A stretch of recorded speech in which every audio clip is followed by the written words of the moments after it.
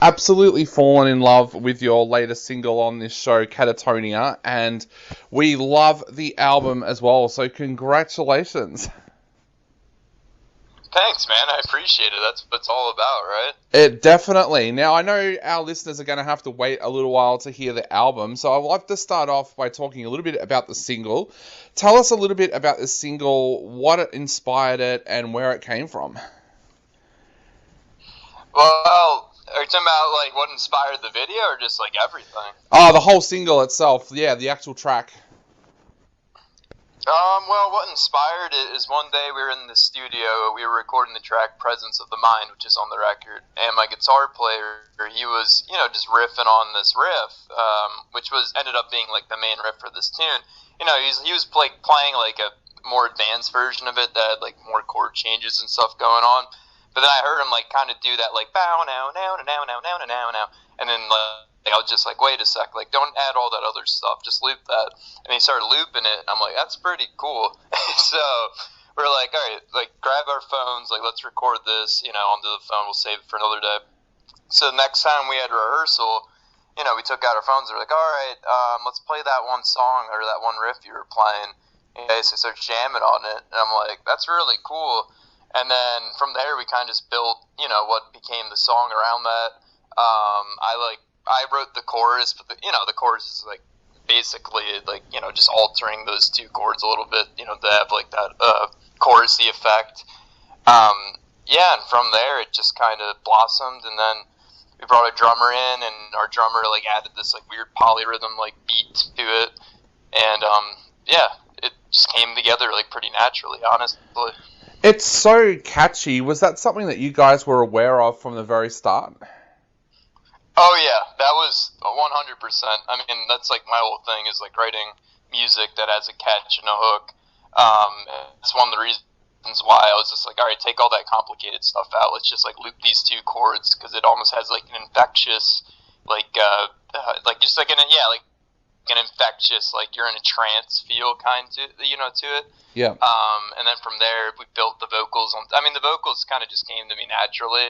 I mean, it's not really a complex vocal line, but it just like fits perfectly, so we rolled with that.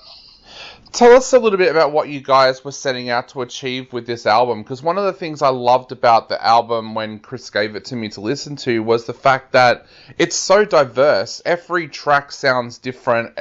Each track has a life of its own. What were you guys setting out to achieve with this album? I mean, honestly, just being ourselves, really. I mean, this record is the first record where we really worked together when it came to songwriting.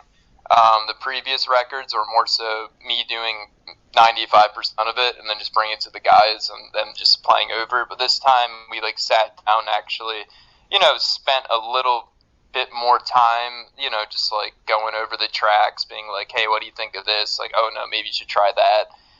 And it kind of just blossomed, and really, I mean, people say like, oh, every track sounds different, and I mean, that's something we take pride in. I mean, one of my favorite bands, for example, is Ween, and Ween's very weird, and just everything's different, but I mean, it's just fun for us, like playing the same song over and over again, like, it's kind of boring. Yeah. So we try to like diversify things and keep it fun for ourselves, really. And what kind of things inspire you to songwrite? Like, is it the life around you? Is it things that you're hearing about in the news? What actually inspires you when you sit down to write a track? I mean, honestly, it's just my love for. I mean, that's really it. It's something that I've always stuck with. Like in my mind, like runs in 1,000 different directions, but music's the one thing that like kind of anchors me in that regard. And yeah, I mean, it's just my love for music. I mean, oddly enough, I feel like whenever I'm compelled to write a song about something is when I fail. Yeah. It's just like whenever I pick up the guitar though, and I'm just like jamming, just like in the zone, like that's like when all like the music comes. Like, I mean, like for example, like when I write tracks, like, I can set out like a time and date and be like, I'm gonna write a song this day. But but it come the day and you're not really feeling it, then it's just like, yeah. You know what I mean? But like when you just like naturally pick up the guitar and play and you're like just like in love with the instrument, that's when like everything really starts flowing out in terms of like ideas and songs, and most of the tracks I write, for example, like I'll like go through like a 2-3 month span without writing anything, and then I'll just randomly feel inspired and be picking up the guitar every 10 minutes, and that's like where all the songs will come from in this like 4-day stretch out of like a 2-month period. Okay, yeah. And you mentioned before about your love for music. When did that love for music start? Like, did you grow up in a musical home? No, not really. My dad, he doesn't, he didn't really listen to music. My mom likes music, but she's not like super duper into it. It more so just spawned at least my taste just spawned out of finding music on my own. Like I remember I was in like 4th or 5th grade. And yeah, I'm big into history, right? So historical moment in America was the Vietnam War. So I'd just be kind of as a young kid, just Googling things about it. And then you start hearing music from the eras, like Jimi Hendrix, like Hey Joe, that was one of my first oh my god, this is amazing. Live at the Monterey when he's burning his guitar and playing the solo with his teeth. I was just wow. And then older, I fell into metal genres, and the first time I heard Rooster by Alice in Chains or Man in the Box, I was wow. I think Alice in Chains for me is hearing them is the moment where I was okay, I want to pick up a guitar and play seriously. This solo in Man in the Box is so cool. So that's really where it comes from. Definitely. So tell us a little bit about how the lockdowns and the pandemic has affected bringing this album out as well. Did you guys have trouble getting together sometimes to record or anything like that? Everything at home, DIY. So recording was all from our places and stuff. Mainly this record was mostly in my guitar player's basement.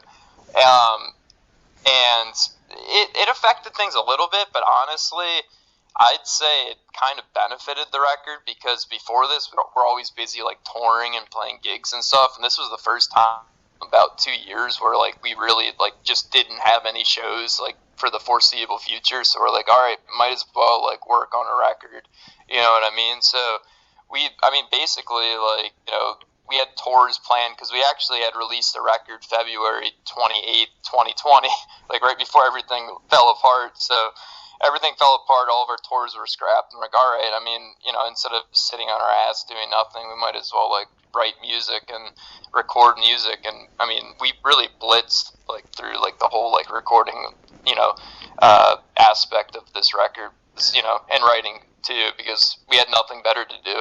Yeah. So I think if anything, it kind of helped us. I was going to ask that because we had Martin from Opeth on our show last night, and he talked about the fact that because he wasn't touring, he actually felt that his creative juices were really flowing with his latest solo album that he's doing. Is that something that you found as well, that it just not touring meant that you were in a more creative state of mind because you were more relaxed? Yeah, for sure. And instead of spending all this time rehearsing show or all this time on the road and then coming back and just being all right, let's take a little break because we were just on the road for so long, just being not having that pressure over you allowed us to get into the creative mindset and just be okay, we're not doing anything, might as well record, we have access to it because I said, the record is totally DIY. I mixed and mastered it and recorded it, so we're okay, might as well just record and have fun with it and see what happens. Yeah. And we brought a lot of newer elements into it. For example, the homage to Micah, we have a hang drum. I think it's called a hang drum, just some weird African drum instrumental track, and it's where the hell would that come from if it wasn't for us just being okay, we're bored, we have this weird exotic instrument, let's make a song around it, you know what I mean? Yeah, that sounds like there's a story behind that. How did you get that drum? That's got to be a story somehow. I think so. I don't know. You're asking the wrong guy. My drummer stumbled into it. I don't know how he got it, but our drummer just had this, and I think it was passed down from his dad or something like that. And it's exotic African drum, and it has a really mystical sound to it. What drives that track is when you listen to it, it's all that percussive dings and dahs that kind of sound like a bell, but it's actually this drum. Yep. And Yeah, I mean, we just sat down and we're like, or he messaged us. He's like, "Hey, I got this drum and it sounds really cool. Like, you want to like, jam?" So we said, "Okay." So I mean, that track, for example, is we sat down and we just rolled it, and we rolled 3 takes, and I think that was the second take, and we were just like on the spot jamming with it, and we're like, "Damn, that sounds really cool." Awesome. So And then we Stephen, just layered stuff on yeah, top of it. I have to ask, are you guys going to be able to tour to promote this album? Like, what's it look like there now? We've just gone back into a lockdown here at the moment, but what's it looking like there? There certainly is uncertainty. However, I'm optimistic. We have a string of shows, like, I don't know, it's like 14 or 15 shows planned from now until like November, and that's like mostly like regional, just like going out to like this city that's 3 hours away, on a Friday, and then another city 2 hours away on a Saturday. So we got like a few things like that going on, and then we signed with a touring agency, M7, and we're working with them hopefully early 2022 to have some like more large scale tours booked and all that. So it's a little different right now. It's a little less traditional. It's things are slowly coming back, and then you got the new variants, and now things are going to get iffy again. And a lot of venues, obviously got hurt by all this, so like they're not up to back up and running like fully yet. So like certain days, like for example on the weekends, like a lot of venues are only booking like Friday through Sunday. So that kind of constricts the whole idea of like driving 8 hours one way if you can't plan shows around it. So it's certainly different right now, but things are slowly coming back to normal over here in regards to the music industry. That's awesome news, mate. Well, we're going to play Catatonia on our show again right now, but is there anything you would like to say to the fans here in Australia who cannot wait to hear this album drop on October 15th? I just thanks a lot for listening, and I'm a fan of Jats. I don't know if you know who the Jats are. But Yep. They're a cool Australian band. And then oh god, what's that one band? Red Gum or whatever. Oh, yes. God help me, I was only 19. Yeah, Yep. that song's amazing. So I'm a fan of some Australian music too, and it's humbling to hear that the Aussies like the Stone Eye, because that's really cool. One day, hopefully, we're in Australia. That'd be a dream come true. Awesome, mate.